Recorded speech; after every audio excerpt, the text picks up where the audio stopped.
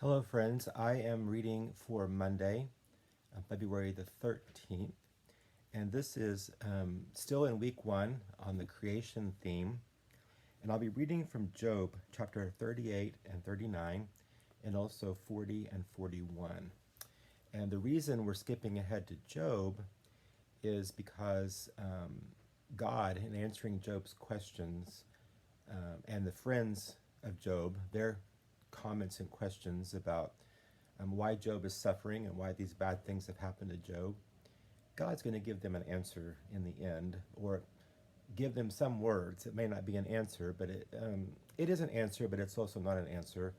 But it has to do with God's creative power and God's involvement with creation. So, from the Inclusive Bible, chapter 38 and 39. And then Yahweh answered Job from the heart of the storm. Who is this obscuring my plans with such ignorant words? Hitch up your belt like the fighter you are. Now I will ask the questions and you will answer me. Where were you when I created the earth? If you know the answer, tell me. Who decided its size? Tell me. Who stretched the measuring line across it? Into what foundation were its pillars sunk? Who laid the cornerstone while all the choruses of morning stars sang in the heavenly court shouted for joy? And who held back the sea behind partitions when it burst forth from my womb? When I created clouds as the earth's raiment, and thick darkness as its swaddling cloths. When I drew limits around the waters and locked the partitions in place and said, this far and no more, this is where your mighty waves stay. Have you ever in your life commanded the morning or told the dawn that its assignment for the day was to grasp the edges of the earth and shake out its wicked? When the dawn lightens things to a clay red, like a garment dyed to a brighter color, the wicked are denied the light, and their threatening arms are broken. Have you traveled as far as the source of the sea, or walked in search of the abyss? Have you discovered the gates of death? Have you seen the gates of the place of darkness? Do you comprehend the breadth of the earth? If so, address the following. How does one get to the source of light? And where does darkness come from? Could you walk them home? Do you know where they live? If you do know, you were born when they were, so you must be very old. Have you seen my warehouses of snow? Do you know where I store all the hail that I keep in reserve for troubled times, for times of international conflict? Which roads do you take to the lightning fork? Where on the earth does the east wind finish its blowing? Who lays down a channel for the downpour or prepares a path for the thunderbolt, so that rain can fall even on uninhabited land and deserts void of life, enriching the wasted and desolate place, and preparing the soil for plant life? Does the rain have parents? Who begets dewdrops? Whose womb gives life to ice, or gives birth to skies filled with hoarfrost? When waters become solid as stone, and the face of the deep becomes hard as steel, can you harness the Pleiades or untie the rope of Orion? Can you direct Venus from season to season, or the bear and its cub?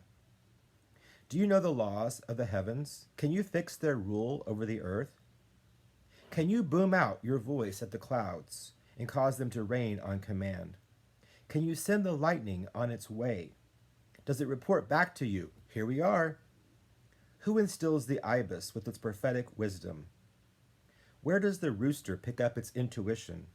Who classifies the clouds and pours out the heavenly water jars until the soil is muddy and the dust has become solid? Do you stalk the prey for the lioness? Do you provide food for her cubs? When they lie low in the den, or crouch in a culvert? Who provides the raven its nourishment when its young cry out to God, when they wander about without food? Do you know in what season the mountain goats give birth? Have you ever watched a red deer in labor? Do you know their gestation periods and their time of birth, when they crouch down to bring forth their young and get rid of their labor pains? Do you know how their young grow strong, how they thrive in the open, grow to maturity, and then leave and never return? Who freed the wild donkey and removed the bridle from its head? I gave it the desert to roam in, and the salt flats to dwell in.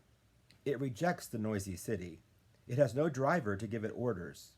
It ranges over mountains for a pasture and seeks out green places. Is the wild ox willing to serve you, to spend its nights at your manger? Will it accept the harness for plowing, to plow the soil for you? Will you rely on its massive strength or depend on it to do your heavy work? Will you trust it to return to its stall and haul the grain to the threshing floor? The wings of the ostrich flutter joyfully, with elegant plumes and feathers, yet it lays its eggs on open ground to be warmed there in the sand. Unmindful that a foot could smash them, or that a wild beast may trample them. It treats its young cruelly and virtually disowns them. It doesn't care if all its labor was in vain. For God has deprived it of wisdom and given it no share of common sense. Yet if challenged to a test of speed, it puts dust between the horse and its rider. Was it you who gave the horse its strength, or gave its neck that beautiful mane? Did you teach it to leap like a locust? What makes its noble neighing so frightening? It paws at the soil, rejoicing in its own strength, and rushes forth into danger.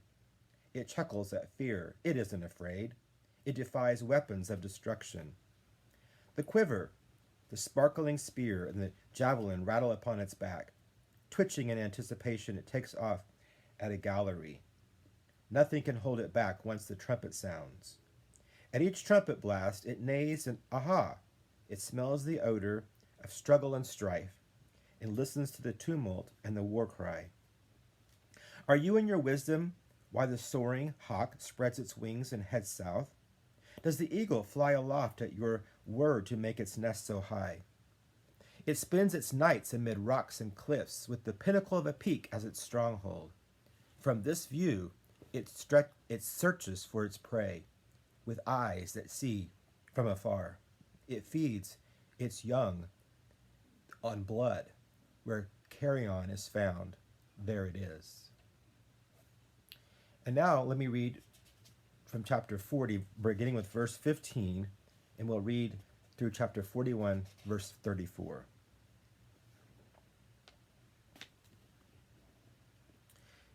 Now look at the hippopotamus, the great beast Behemoth, which I made just as I made you. It eats grass like an ox. Notice the strength of its thighs, the power of its stomach muscles. Its tail stiffens like a cedar. Its loins bulge with vigor. Its ribs are bars of bronze. Its limbs are iron beams. It is the crown jewel of my creation, created to be my plaything. Forbidding it from the mountain regions where all the wild animals make sport, it lies under the lotus plants, hidden in the reeds and in the marshes. The lotus plants give it shade, and the willows by the stream give it shelter. Notice that even if the river rages, it isn't frightened. The entire Jordan could pour down its gullet, and it wouldn't bat an eyelash. Could anyone capture it when it is on watch? Can anyone put a ring through its nose? Or the crocodile, the great Leviathan. Can you catch it with a fish hook, or put a bit in its mouth? Could you tie its nose with a rope, or pierce its jaw with a gaff? Will it beg you for mercy, or timidly ask your pardon? Would it strike a bargain with you, becoming your lifelong servant? Would you then make a pet of it and lead it around on a leash to amuse the household? Will traders bid for its hide, so it can be sold in shops the world over? You could try to restrain it with barbs in its backside or harpoons in the head, but once you lay a hand on it, you'll never forget the aftermath or try it a second time. Any hope to restrain this Leviathan would be futile. Even the bravest tremble just at the sight of it. It is relentless once aroused. This alone checks any challenges. Could anyone attack it with impunity? No one under the stars. Let me describe its limbs, its strength and its graceful form. Who could strip its outer armor or pierce its thick hide? Who could dare face that door-sized gullet? Those rows of teeth are terrifying. Rows of scales cover its back. They are tightly sealed into a single piece. The seal is so tight that not even air comes between them. They are joined in such a way that they clasp each other inseparably. Its sneezes flash forth light. Its eyes shine like the dawn. Its mouth spews out flames. Sparks of fire stream out. Smoke erupts from its nostrils, just like a boiling pot on a kindling fire. Its breath could light coals with the flame coming from its mouth.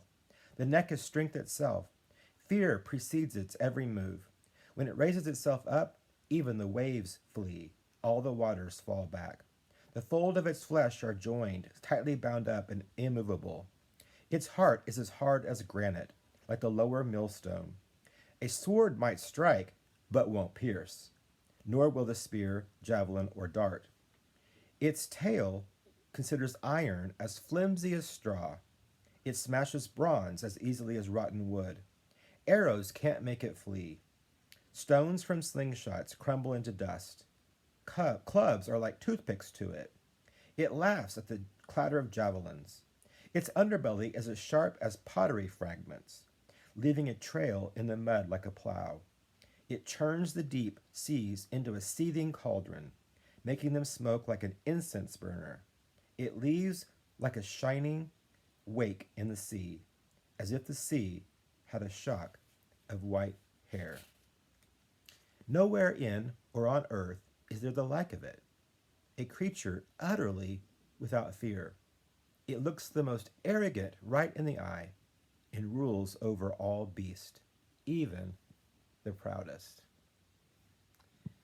This ends the reading for today.